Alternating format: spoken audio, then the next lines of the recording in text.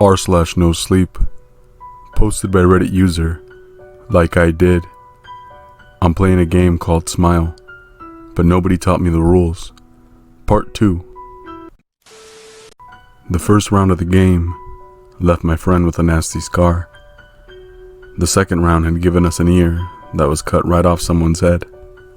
And the worst part was, that round wasn't even over yet. Smile was not a game with no rules. The rules were strict, and the punishment was hard. We simply had to figure out how to play it. The ear that we found lying on the ground next to my window was now safely placed inside a lunchbox that we put in a freezer.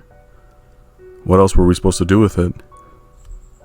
We hadn't slept at all, but we weren't sure what to do next, and we were still sitting in my apartment, planning our next step. The map that was left for us was just a regular map of the town.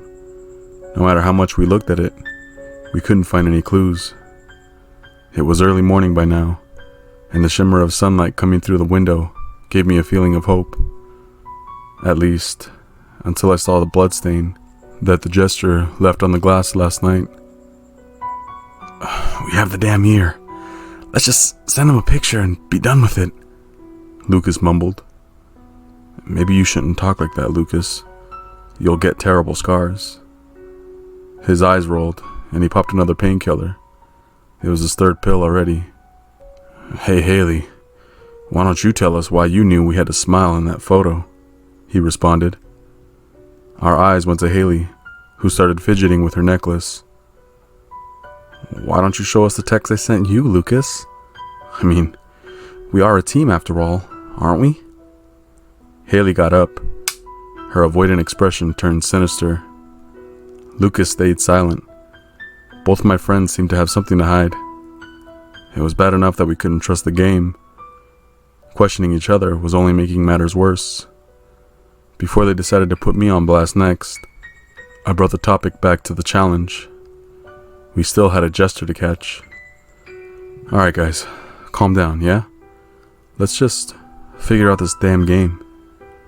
They both nodded and Haley got up to say something. I looked through the other contestants on that app. I didn't recognize anyone, but what I noticed is how they're all rather young. Teenagers, college students, though there are a few people who look significantly older. Of course, there's also the ones wearing masks. So, underneath the mask, they probably look like me right now. Nicely cut up, Lucas said as he moved his finger to draw a smile in the air. I tried thinking back to yesterday when we were sitting inside that diner. The other people must have been accomplices of the game. Maybe they were contestants like us, and sitting at the diner was a task they received. Or possibly they were actors or game masters. Either way, it made no sense how not one of them responded to the man dressed in a purple jester costume, singing and dancing throughout the diner. Not exactly something you witness every day. How far had this sick game spread already? Hey, check this out, Haley interrupted my thoughts. There's a list, ranking the teams. I took the phone from her hands. We weren't quite at the bottom, but not high up either with our 100 points. There were even teams with points in the negative numbers. 100 points, so I guess that's our $200, minus the 100 of Lucas. Did you check to see if they took any money off your bank account? He shook his head. Nope, nothing gone. Guess they counted my cuts as payment. I don't even want to know what they did to the bottom players. Yeah, I whispered. Check this out though. The team that's number 1 has 50,000 points. So that means they've been playing longer than us, right? Lucas said. Yeah, or they've done worse things, Haley chimed in. So, you think the jester might be dead already? One might be, but we don't know how many there are, she said with a dark expression in her eyes. Lucas kept scrolling through the phone of the game when suddenly something appeared to be changing. The numbers, they're getting lower. I jumped up to take a look and he was right.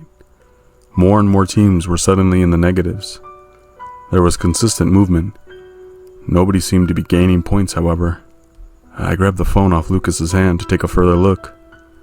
One team had fallen from 1,000 points to negative 99,000. What? How the hell did they just lose 100,000 points? I asked. What happened next was even weirder. The group photo of the group changed to a new one. It had a gray filter on top, and the people had deep cuts in the corners of their mouth. But opposed to the one of Lucas, theirs were turned upside down to a frown. Did they lose? Haley carefully asked. Hell knows what this means, I responded. But whatever happens, we're not getting to that point. A few minutes passed, and more teams lost points. Not as many as Team S, though.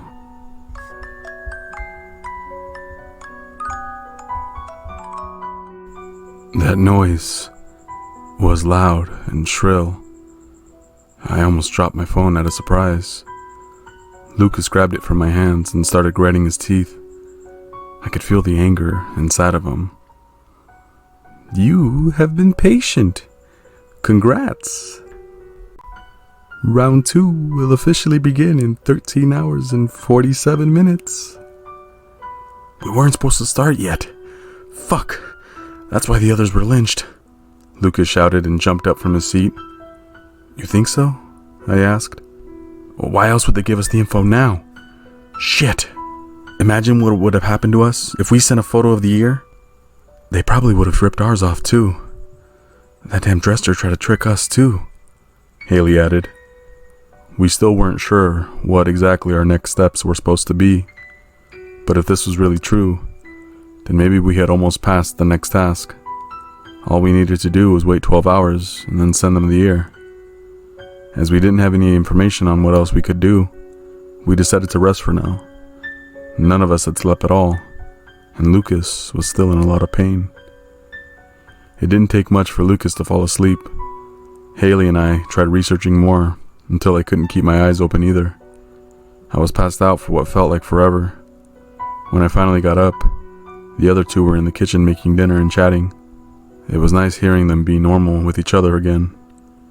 We sat down to eat and tried to distract ourselves, but in all reality, all we thought about was that timer.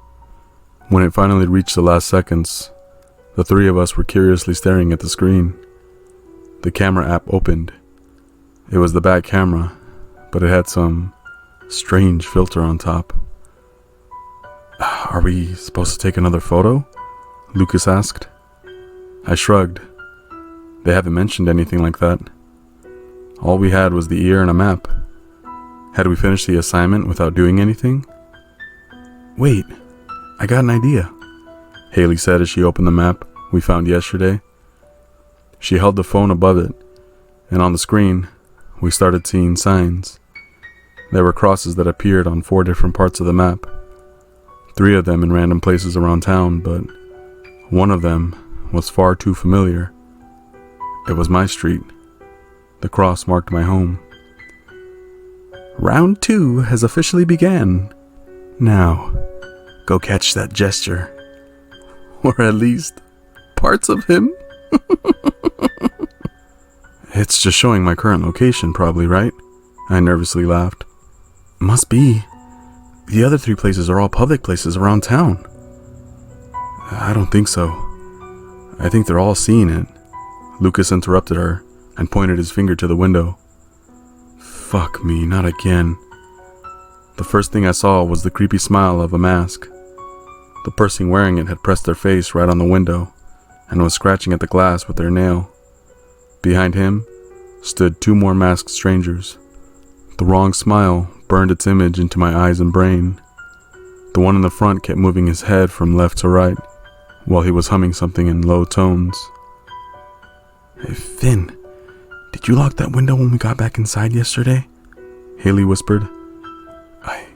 I think so. The strangers put their palms against the glass and started pushing. I swear, I thought I had locked the window last night, but it gave in to their pushes and opened wide. Haley quickly grabbed the knife from the table, but the masked people didn't even seem to care. They didn't even move. They just stood there and kept looking at us. They stayed right where they were, but we could clearly hear the tune they were humming.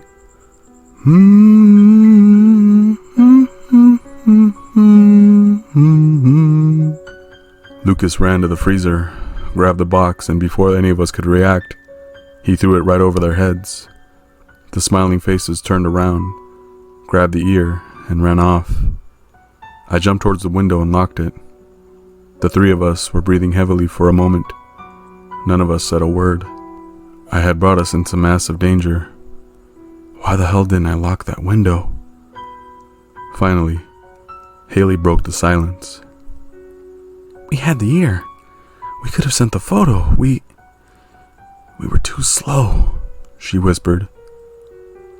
At least it got rid of them. There might be others coming through. We should just go to those other locations now and find our own jester, I said, trying to sound as confident as I could. There are exactly 3 locations left, all in completely different parts of town. I think the best we can do now is split up, maximize our chances, Haley said. I thought about it for a moment. It seemed risky to split up, but all places were very public and we had no idea if there was a time limit. Yeah, okay guys, but stay safe. No risk taking, yeah? Take a photo if you spot the jester, and that's it, I said. Both agreed. The marks were near Town Hall, a mall, and a bowling center. Haley took the car and drove to the bowling center, which was a 45-minute drive away. Lucas and I both went to the subway, where we each grabbed a different line. Haley had the game phone. We agreed that the 2 morbid alternatives were no option. All we do is take the photo and send it to Haley right away so she could upload it in the game. Sitting in the subway, I couldn't do much but wait and finally breathe. It would take me about 30 minutes to Town Hall. Smile? I heard a voice behind me. It was a guy, about my age I guess, with short brown hair. I had noticed him looking at me from the other seat before, but I hadn't noticed that he had gotten up. Now, he was standing right next to me. Sorry, didn't mean to freak you out. I saw your photo in the game app. He whispered that last part as he took a seat in front of me. So, you're playing the game? I whispered. He seemed normal, not crazy like the people in front of my window earlier. Yeah, long story. I figure you're on the way to Town Hall too? You playing alone? He shook his head. My friends went to different places. I have no idea if this is breaking the rules, but we're freaking the hell out. This game is so confusing, horrible, and... He sighed. I don't know, maybe we can help each other. I tried to smile. Sure. Don't know if I'll be much help though. Yeah, me neither, he laughed. I'm Killian, by the way. Finn. Killian moved closer and started to whisper. Do you think there are more players here? I looked around at the wagon. There was an older lady, 2 men in the back, and some kids a few seats behind us. Nobody I recognize. When we arrived at the station of the town hall, we were the only ones leaving the subway. The station was eerily empty and quiet. Alright, let's go to the town hall, I guess? I doubt I'll be inside, but maybe on the place in front? Or... Killian grabbed my arm and pointed me to the platform on the other side. I didn't expect to see him at the station, but there he was, the jester. Possibly the same one I saw yesterday, but I couldn't be sure of that. He was on the very end, and in between us were the tracks. If we wanted to catch him, we had to run up all the stairs, get to the other side, and then run to the end of the platform. But we didn't need to. All we needed was a photo. I got my phone, but before I could take a picture, I noticed something. Someone behind the jester. It was Lucas. Black hair, gray shirt, denim jacket. It certainly looked like Lucas, but there was no way he could have made it here before me. He took the subway to the mall. I squinted my eyes to get a better look at his face, and I could swear I spotted the smile cuts next to his mouth. "Lucas?" I shouted. He looked at me, waved, and without hesitation, he grabbed the jester and pushed him right on the tracks. Killian turned around and started running up the stairs. I followed him as fast as I could. There was no sight of Lucas anywhere. We got to the other side, ran down the platform where the jester was. I thought Killian was about to take another photo, but instead, he kneeled down. "Grab my hand!" he shouted towards the jester. I jumped down next to him and helped pull the man. With all our strength, we got him back on the platform just before the subway made it to the station. The jester got up, pushed us both to the ground with unbelievable strength, and ran inside the subway. I tried getting my phone, but neither I nor Killian was quick enough to shoot the photo before he disappeared. That's when I heard my phone buzz. Haley. We got it. We won the round.